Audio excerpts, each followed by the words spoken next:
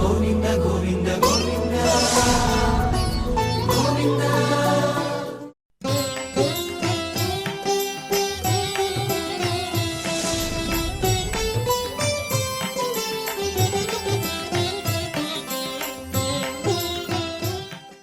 గురుర్బ్రహ్మా గురుర్విష్ణుః గురుర్దేవో మహేశ్వరః గురుః సాక్షాత్ పరం బ్రహ్మ తస్మై శ్రీ గురవే నమః. సుగ్రీవాదియుతం శ్రీశం భస్మాంగావృతమీశ్వరం మహేశ్వర సమం ధ్యాయేత్ కిష్కింధాకాండ ఉత్తమే. శ్రీరామచంద్ర పరబ్రహ్మణే నమః. అథ శ్రీమద్ రామాయణే ఆదికావ్యే కిష్కింధాకాండే దశమః సర్గః.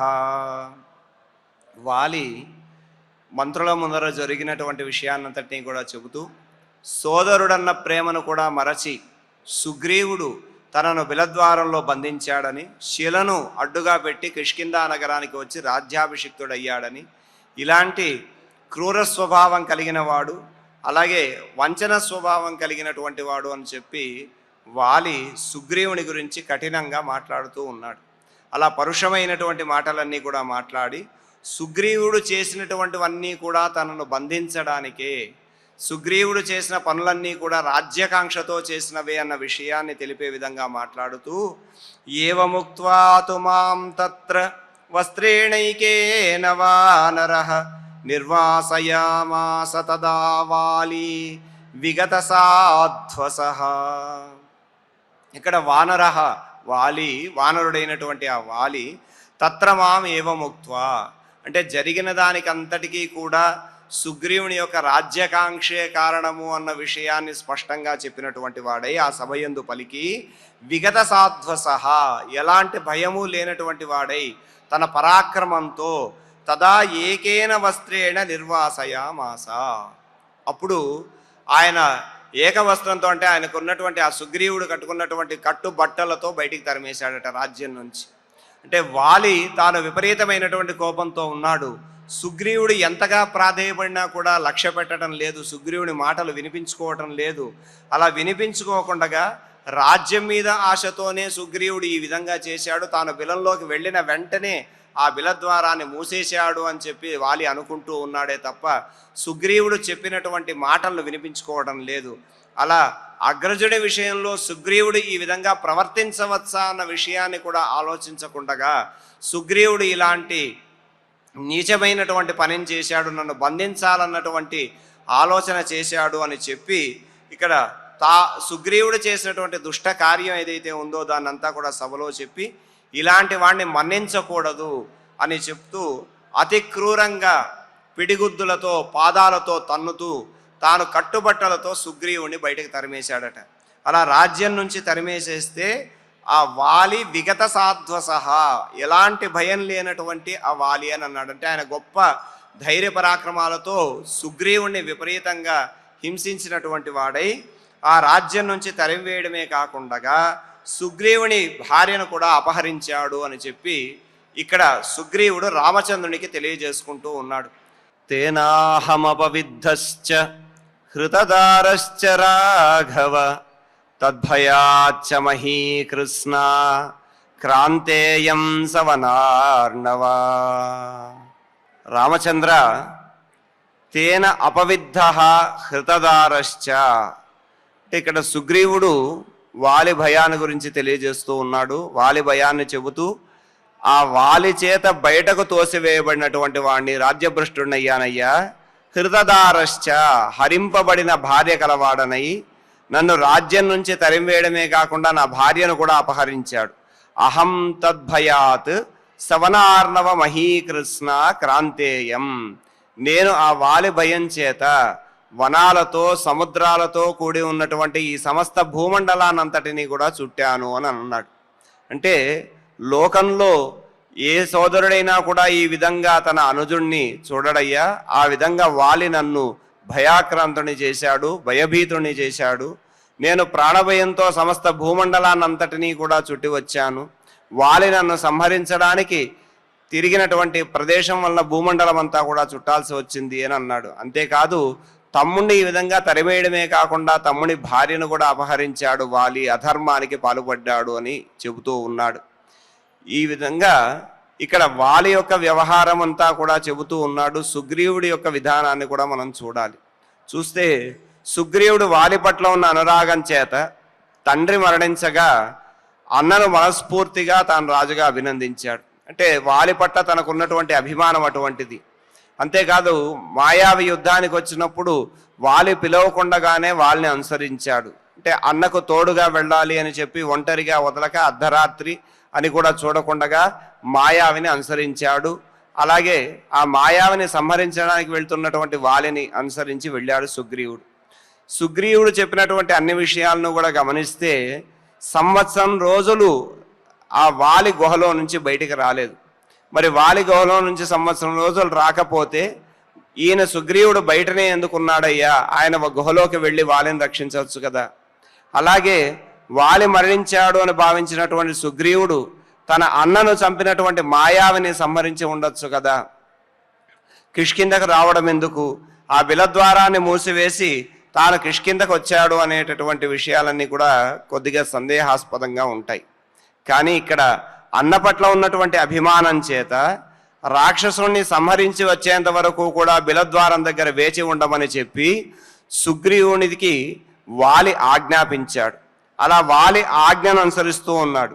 లేదు నేను బిలంలోకి వస్తాను అని చెప్పి సుగ్రీవుడు పట్టుబడినా ఇక్కడ వాలి ఒట్టు పెట్టుకున్నాడు గనక అలా ఆ బిలద్వారం దగ్గరే ఉండమని పాదాల మీద ఒట్టు పెట్టడం చేత వాలి తిరిగి వచ్చేంత వరకు కూడా బిలద్వారం దగ్గరనే వేచి ఉన్నటువంటి వాడై సుగ్రీవుడు బిలంలోకి వెళ్ళలేకుండా పోయాడు. కనుక సుగ్రీవుడు అలా వెళ్లకుండా తాను ఆ బిలద్వారం దగ్గరే ఉన్నాడు. సంవత్సర కాలం గడిచింది. అక్కడ ఉన్నటువంటి పరిస్థితులు ఏమిటంటే నురగలతో కూడినటువంటి రక్తం బయటికి రావడం, అలాగే రాక్షసుల యొక్క హాహాకారాలు వినిపించడం, వాలి యొక్క ఏ రకమైనటువంటి ధ్వని వినిపించకపోవడం చేత అక్కడ ఉన్నటువంటి పరిస్థితుల్ని పెట్టుకొని అన్న పట్ల ప్రేమ కలిగినటువంటి సుగ్రీవుడు తన అన్నను సంహరించినటువంటి రాక్షసుణ్ణి సంహరించడానికి బిలద్వారంలోకి వెళ్ళలేదు కదా అని కూడా అనిపిస్తూ ఉంటుంది. కానీ ఇక్కడ ఉన్న స్థితి ఏమిటయ్యా అంటే అన్న మరణించాడు అనేటటువంటి దాన్ని భావించాడు సుగ్రీవుడు. ఆ మరణ భావన చేత తాను దుఃఖాన్ని పొందాడు. దుఃఖంలో కలత చెందినటువంటి మనస్సు కలిగినటువంటి వాడై తాను ఆ భయాన్ని పొందినటువంటి వాడై ఇక్కడ వాలిని సంహరించాడు అని అంటే వాలి కంటే కూడా బలవంతుడైనటువంటి వాడు ఉంటాడు ఆ రాక్షసుడు.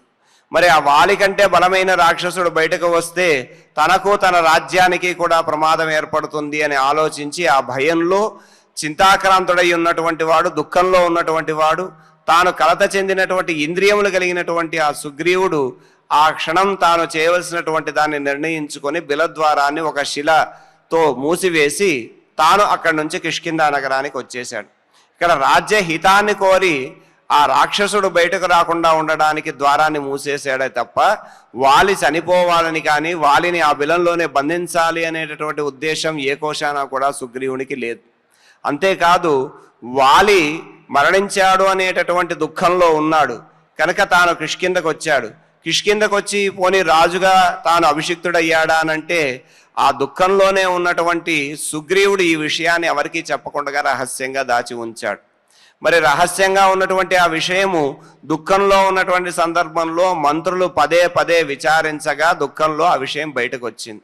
అలా రహస్యం బయటకు రావడం, ఆ రాజ్యంలో రాజు లేకపోతే అరాజకం అవుతుంది కనుక మంత్రులందరూ కూడా ఆలోచించి తనకు ఇష్టం లేకపోయినా తను వద్దన్నా కూడా సుగ్రీవుని సింహాసనం మీద కూర్చోబెట్టారు. అలా సుగ్రీవుడు రాజుగా అభిషిక్తుడయ్యాడే తప్ప తనంతకు తానుగా రాజ్యాన్ని చేజిక్కించుకోవాలన్నటువంటి దురాశ కానీ అలాగే వాలిని బిలంలో బంధించాలి అనేటటువంటి ఉద్దేశ్యం కానీ ఇవేవీ సుగ్రీవునికి లేవు. రాజ్యాకాంక్ష లేనటువంటి వాడు. సరే రాజుగా ఉన్నాడు, రాజుగా ఉన్నప్పుడు అధికారం అంతా తన చేతిలో ఉంటుంది కదా. మరి అధికారి రాజ్యాన్ని పొందినటువంటి వాడు తిరిగి ఒకవేళ వాలి ఏమైనా వస్తే ఆ వాలిని నిర్గ్రహించగలిగేటటువంటి సామర్థ్యం ఉండి కూడా తాను అన్న పట్ల ఉన్నటువంటి గౌరవం చేత ఆ పని చెయ్యలేదు. అలాగే వాలి మాయావిని చంపి తిరిగి కిష్కింధకు వస్తే తన రాజకిరీటాన్ని ఆయన పాదాలకు తగిలే విధంగా ఆ పాదములకు నమస్కరించి తన శిరస్సును పాదములకు ఆంచి ఈ రాజ్యాన్ని నీవే తీసుకోవయ్యా, నేను సేవకుడిగా ఉంటాను అని చెప్పి తృణప్రాయంగా రాజ్యాన్ని విడిచిపెట్టినటువంటి వాడు సుగ్రీవుడు. మరి అలాంటి ఆ సుగ్రీవుడు అన్న పట్ల ఉన్న అనురాగం చేత ఈ విధంగా వాలితో వ్యవహారం చేస్తే వాలి దాన్ని మొత్తాన్ని కూడా అపార్థం చేసుకున్నాడు. ఎందుకయ్యానంటే సుగ్రీవుడి విషయంలో వాలికి ఉన్నటువంటి కోపం ఏమిటి అంటే కేవలం బిలద్వారాన్ని మూసేసి తాను కిష్కిందకు వచ్చి రాజుగా అభిషిక్తుడయ్యాడు అనేటటువంటి అంశం పట్ల వాలికి కోపంగా ఉంది. వాలి కోపం ఆ విధంగా ఉంటే సుగ్రీవుడు అనేక విధాలుగా ప్రాధేయపడ్డాడు, మోకరిల్లాడు, పాదములకు శిరస్సును ఆనించి ప్రణమిల్లి నీవే రాజుగా ఉండవయ్యా, నేను నీకు సేవకుడుగా ఉంటాను అని చెప్పి తృణప్రాయంగా రాజ్యాన్ని విడిచిపెట్టాడు. మరి అలాంటి సుగ్రీవుడు అంతగా ప్రాధేయపడినా కూడా అపార్థం చేసుకొని రాజ్యం నుంచి గెంటివేయడమే కాకుండా హృతధారాశ్చ అని ఒక మాట అన్నారు. అంటే తమ్ముడి భార్యను కూడా అపహరించాడు వాలి. తనకు కోపం ఉన్నది బిలం ద్వారాన్ని మూసివేశాడనేటటువంటి కోపం అయితే సుగ్రీవుణ్ణి గంటేయాలి, కానీ ఈ విధంగా తాను అంటే ఇంతగా బతిమలాడుతున్నా కూడా తాను ఏం చెప్పాలనుకుంటున్నాడో ఆ మాటను కూడా వినకుండగా తమ్ముడి భార్యను అపహరించడం, చేపట్టడము అనేటటువంటిది వాలి అహంకారానికి నిదర్శనం. ఇక్కడ వాలి అధర్మాన్ని ఆచరించాడు. సుగ్రీవుడు నిరంతరము కూడా అన్న పట్ల ఉన్నటువంటి ప్రేమభావం చేత, స్నేహభావం చేత ఆయనకు సహాయకుడిగానే ఉన్నాడు తప్ప ఎప్పుడు వాలిని వధించాలి అనేటటువంటి ఆలోచన కానీ, రాజ్యాన్ని పొందాలనేటటువంటి ఆలోచన కానీ సుగ్రీవునికి లేదు. ఎందుకంటే సుగ్రీవుడు తనకు కనిపించినటువంటి పరిస్థితులు ఏవైతే ఉన్నాయో ఆ పరిస్థితుల అనుగుణంగా ఒక నిర్ణయానికి వచ్చాడు కనుక బిలద్వారాన్ని మూసి కిష్కింద అనగానికి వచ్చాడు. మరి వాలి ఆయన కూడా తనకున్నటువంటి పరిస్థితుల దృష్ట్యా అక్కడ ఉన్నటువంటి విషయాన్నంతటినీ కూడా అపార్థం చేసుకొని సుగ్రీవుని రాజ్యం నుంచి తరిమేశాడు.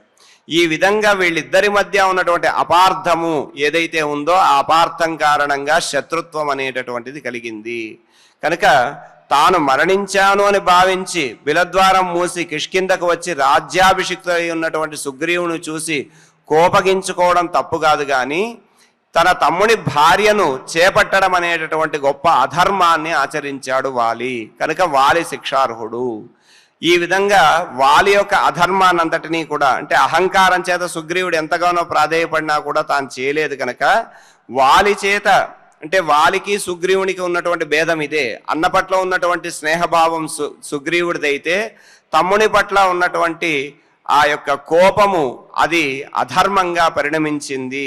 తమ్ముని భార్యను చేపట్టడము అనేటటువంటిది ఈ సంభాషణ అంతా కూడా వాలి మరణానంతరం మనకు చాలా విస్తృతంగా విశ్లేషణాత్మకంగా లభిస్తుంది. అక్కడ వాలి రామచంద్రుల మధ్య జరిగేటటువంటి సంభాషణలు ఈ విధంగా సుగ్రీవుడు ఈ విషయాన్నంతటినీ కూడా చెప్పినటువంటి వాడై తాను వాలి చేత రాజ్య బహిష్కృతుడై ఏ విధంగా కష్టాలు పడ్డాడు, భూమండలం అంతా కూడా తిరిగినటువంటి విషయాన్నంతటినీ కూడా తెలియజేస్తూ అంటూ ఉన్నాడు.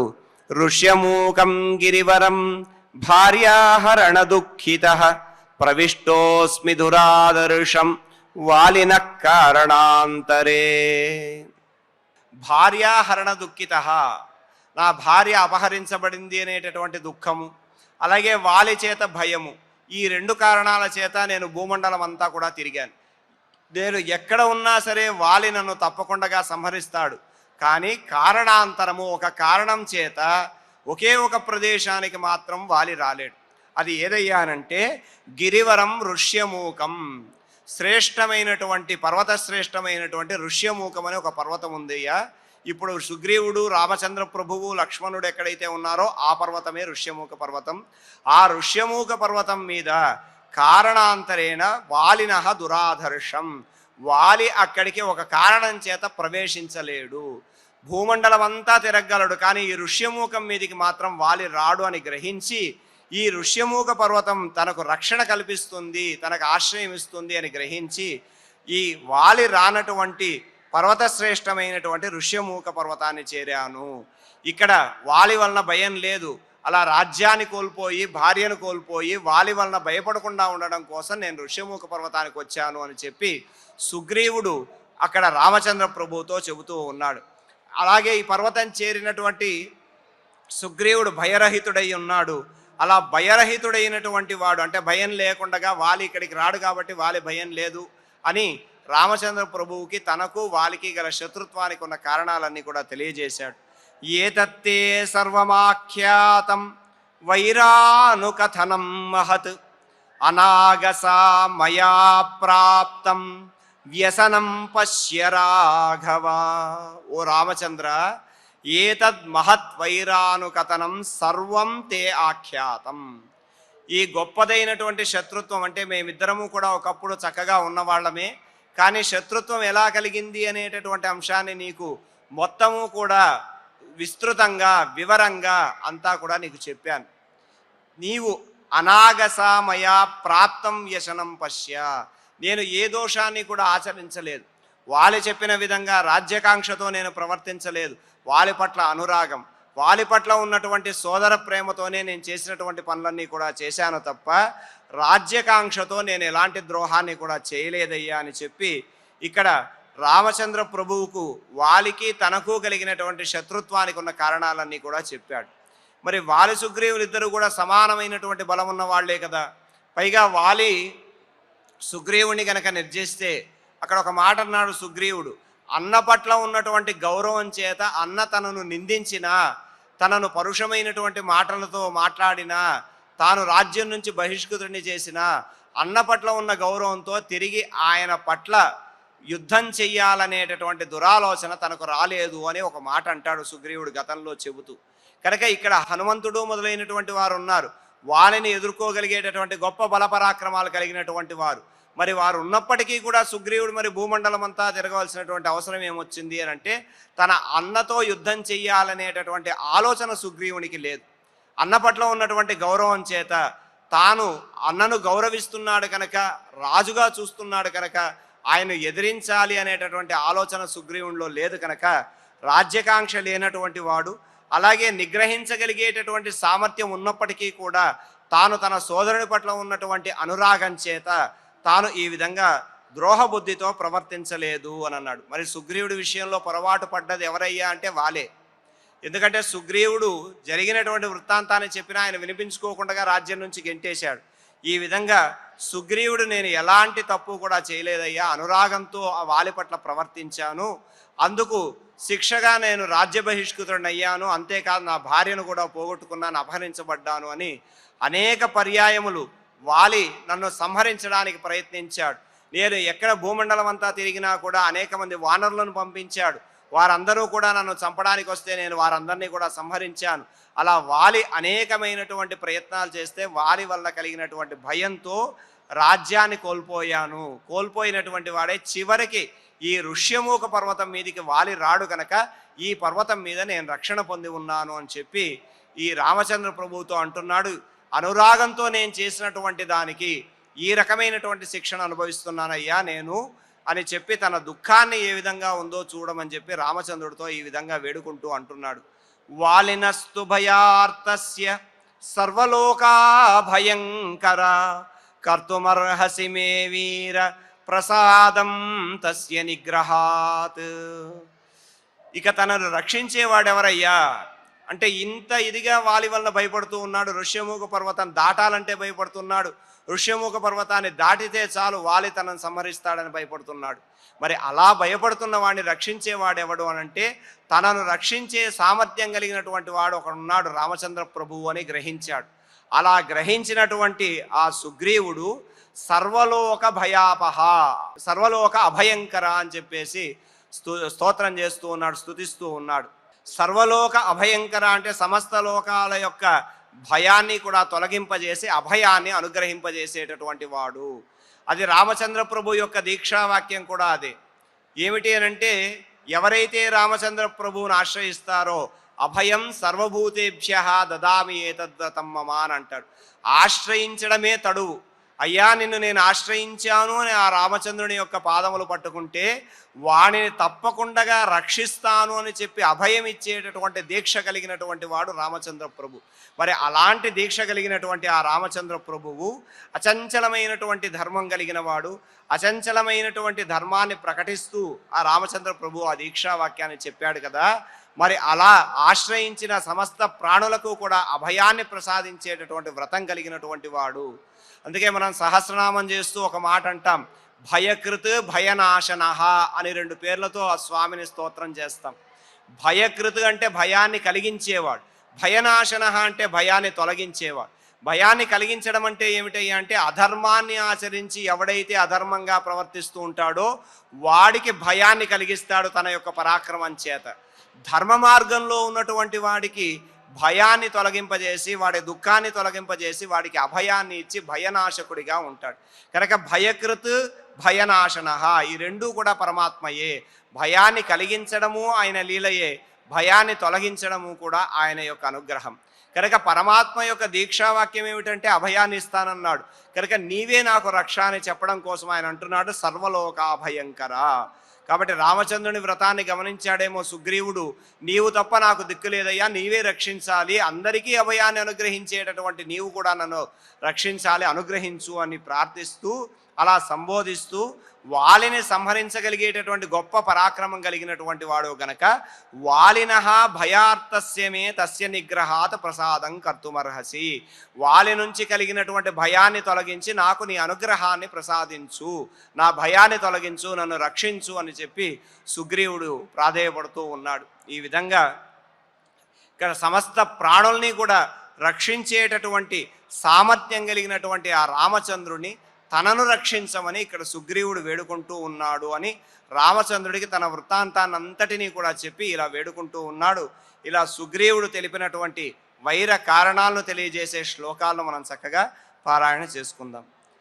ఏవముక్త్వా తు మాం తత్ర వస్త్రేణైకేన వానరః నిర్వాసయామాస తదా వాలీ విగత సాధ్వసః తేనాహమపవిద్ధశ్చ హృతదారశ్చ రాఘవ తద్భయాచ్చ మహీకృత్స్నా క్రాంతేయం సవనార్ణవ ఋష్యమూకం గిరివరం భార్యాహరణదుఃఖితః ప్రవిష్టోస్మి దురాధర్షం వాలినః కారణాంతరే ఏతత్తే సర్వమాఖ్యాతం వైరానుకథనం మహత్ అనాగసా మయా ప్రాప్తం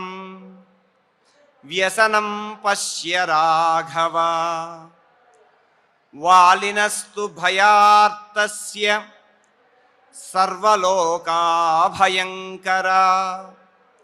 కర్తుమర్హసి మే వీర ప్రసాదం తస్య నిగ్రహాత్.